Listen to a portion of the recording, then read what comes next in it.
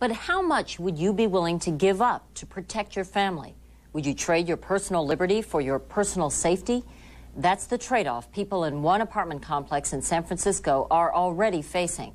A trade-off that could be the wave of the future.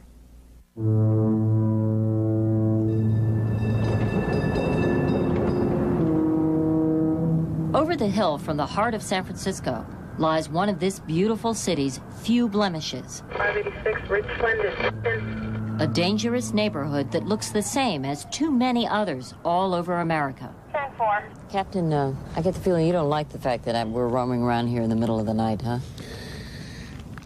I mean, is it dangerous here? Apprehensive. Very apprehensive. That's why it's Saturday night at 2 a.m. And for Captain Harlan Wilson, it's business as usual in the Sunnydale housing projects. How dangerous is it here on a given night? Just had a homicide a little while ago. 3 out of 14, Edward. For years, the symbol of the drug-driven violence that seized this community was just up the block at the notorious Geneva Towers, 2 low-income high-rise buildings where drug dealers ruled. You could not go out into the hallway. Go out in the hallway, no chance, because you were terrified, you were terrorized, you were involved. There were shootings in the hallways. Bodies was coming out of the windows. No. Dead people. For the 1,000 or more residents of the towers, the place they had to call home was more like a living nightmare. Did you want to move out of here, and could you financially? No, most definitely. I wanted to move as far away from Geneva's towers as possible. Police officers will go some places where angels fear to tread. We didn't even want to tread into the towers. So if even the cops wouldn't go in, who would? This man, Eli Gray. I just want to thank you. Don't be fooled by this mild-mannered organist at the St. Mark's Institutional Baptist Church. He's the man the government brought in at taxpayers' expense to get the thugs out of Geneva Towers. Now we've got a clean lobby, we've got... His solution? Do something the police couldn't do. Lock it down. Close the doors and say, you don't have business to see people in here, you don't come in the towers. To lock it down, Gray oversaw the building of a 10-foot-high security fence that now surrounds the towers. Today, tenants are forced to enter through a single security room. Guests must sign in, and people who appear suspicious are frisked. Is this bulletproof glass? That's bulletproof glass. Robert 2, dispatch 1. So what did you set up here? This is our monitor system, that closed-circuit TV system that's set up so that we can monitor the hallways. Excuse me, you're not supposed to play ball in the hallway. Thank you. We can monitor the garage areas where the vehicles are parked, and we can monitor the exterior of the buildings. But probably the key change at Geneva Towers, and certainly the most controversial, was the force of 60 armed guards Gray recruited and trained. 4th floor, B building. The guards admit they carry a lot more firepower than most security, but they say it's needed because some of the thugs here have even more. So far, they've confiscated Uzis, Tech-9s, .357 Magnums, and even a live grenade. They just have little gunfights, or they pass by, drive-by shootings. Gray says that in this environment, the only way his guards can keep in control is to stay on top of the bad element. Once we started to patrol the hallways, and we were constantly walking up on them, constantly, every time they turned, there was security. I feel like it is San Quentin. But for some residents, the massive show of force has been too much. They say the towers may be safer now, but it certainly doesn't feel like home. You shouldn't have to feel like you're locked in or feel like you're in prison in your own home. How would you like walking into your apartment building, the guards are just staring at you, just right in, piercing your eyes?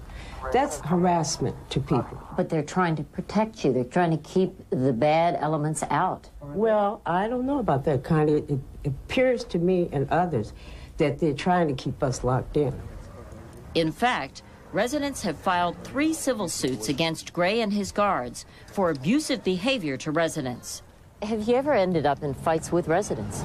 Absolutely. Yes, we have. Yes. There's an old saying, you have to break a few eggs to make an omelet. Is that your recipe? No.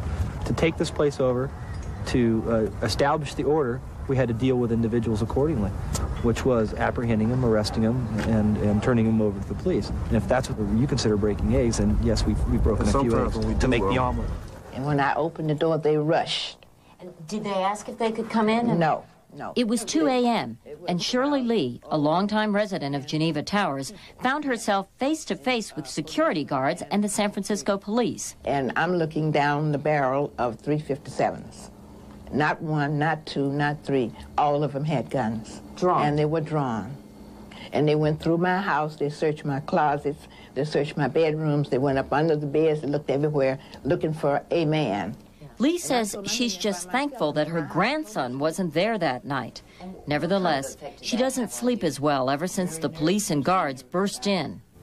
I wouldn't say we burst in. Gray says his men were chasing a robbery suspect who was seen on the surveillance monitors outside Lee's door. If I were that individual, I would probably find it easier to sleep at night knowing that someone is out there looking out for my welfare. Yes, sorry, this is Eli, security at Geneva Towers. While we were at the towers, there was a shooting just 3 blocks away. A shooting at Sunnydale and Hahn. In the old days, the suspects might have come here. But today, Gray and his guards made sure they stayed away. The guys have dispersed. They're gone. And while critics charge that crime has just been pushed up the block, one resident told us, you only need to see kids playing where drug dealers used to have their gun battles to be convinced the changes are worth it. Police statistics agree. They show a remarkable drop in crime at the towers. Assaults with a deadly weapon are down 93%, and shootings have been cut in half. So the kids can actually play out here now? Sure they can. Oh, yeah. We have football teams, baseball teams, baseball, softball, champions, actually. And champions, and they win, too. On this day, Geneva Towers' new youth baseball team won the city championship. 1, 2, 3. What rights are you willing to give up in order to have a safe environment here? I don't think that we are actually giving up rights. Because nowadays, I don't think nothing, no measure that I would want to take to be safe. You mean you'll do anything to be safe? Sure. I hate this impression that we are fighting against having a safe, decent place to live. This is not true. The residents who protest the changes here say the issue isn't whether they want less crime, but whether the guards treat them like criminals. There are other apartment buildings in which you buzz in to get in, and they have guards sometimes. But they don't have, they're not infested with guards.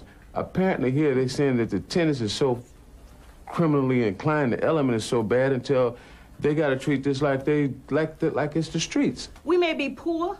We may be underclass, if you want to call it, but we have brains, we have intelligence, and most of all, we have feelings. And I would love for my children to have the freedom, the decent human beings that they are, to come and go in my home. We have been through a lot. Truthfully, would you want to live here? No. I would never put myself in the situation where I'd have to live here. I'm a responsible, respectable, productive member of society. Therefore, I don't need public assistance. I can stand on my own. You don't have much respect for the people who do have to live here. Oh, I have a lot of respect for the people who do have to live here because they've put up with a lot. There you go. We're not a bunch of brute, forceful people. We're not pushing ourselves on anyone. We're not trying to intimidate anyone to the point that they're afraid of us. You know, you make it sound like your guards are choir boys and like they don't do anything wrong. No, we do what we have to do to make things better at Geneva Towers, but we don't infringe upon anybody's rights. These are very sad memories of young boys that I knew around here that ended up dying unnecessarily. Before we left the towers, Shirley Lee showed us a graphic reminder of why the guards need to be here. He was killed in a drive-by shooting. Someone shot him, just drove by and shot him. It's sad because I know most of the young boys here. He lived here also, and he's dead. Lee says she feels caught right in the middle of this dilemma that's becoming more common for many American families. Either she lives with armed drug dealers or armed police and security, like the ones who burst into her home. That's a question I've been asking myself ever since that happened to me. Should I feel lucky or should I feel unlucky about what happened to me? At that time, I did not feel lucky. I felt bad. Does it seem right to you that you have to live in an ultra-secure apartment? That's the price I have to pay for being low income and not having the means to live somewhere that is secure, where I don't have to have guards walking around. You think these days are over? Hopefully. I hope they are. I hope they are.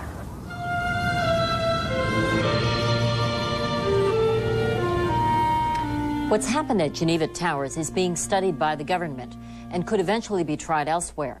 But the issue of privacy isn't the only concern. There's the cost. The same setup for residents in Chicago's public housing alone could run $180 million the first year. Crime may not pay, but it's expensive. Next.